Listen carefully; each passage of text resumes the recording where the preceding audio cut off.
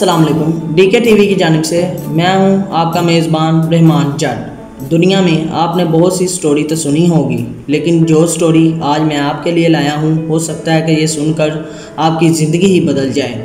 कोयटा से ताल्लुक़ रखने वाली दिशा विकी ने बेकार ज्वेलरी की आड़ बना दी। दिशा का ताल्लुक़ कोयटा से है और वो एक आर्ट्स और एक राइटर भी हैं। जब मैं अपना काम घर लाती थी तो मेरे पापा बोलते थे ये बहुत अच्छा काम है। वो खुद फ्रेम करके लाते थे, ये मिक्स ज्वेलरी आर्ट है। मुझे हमेशा से मुख्तलिफ काम करने का शौक़ था। फिर मुझे ख्याल आया कि क्यों ना ज्वेलरी ट्राई की जाए, लेकिन मसला ये है कि इतनी ज़्यादा ज्वेलरी कहाँ से लाऊंगी।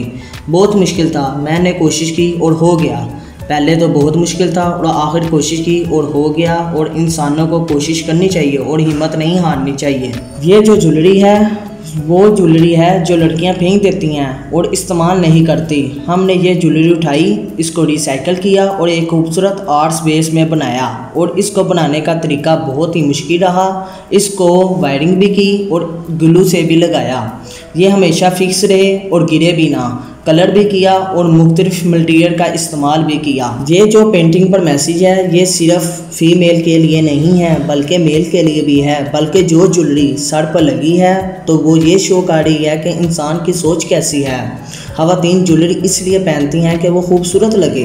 हर इंसान अच्छा सोचे और अगर अच्छा सोचेगा तो फिर ही अच्छा होगा, क्योंकि हम कुछ भी अच्छा करने से पहले सोचते हैं। और अगर आपकी सोच अच्छी होगी तो बहुत कुछ सीख सकते हैं। फिल वक्त के लिए इतना ही। मुझे इजाज़त दें। अल्लाह हाफिज़।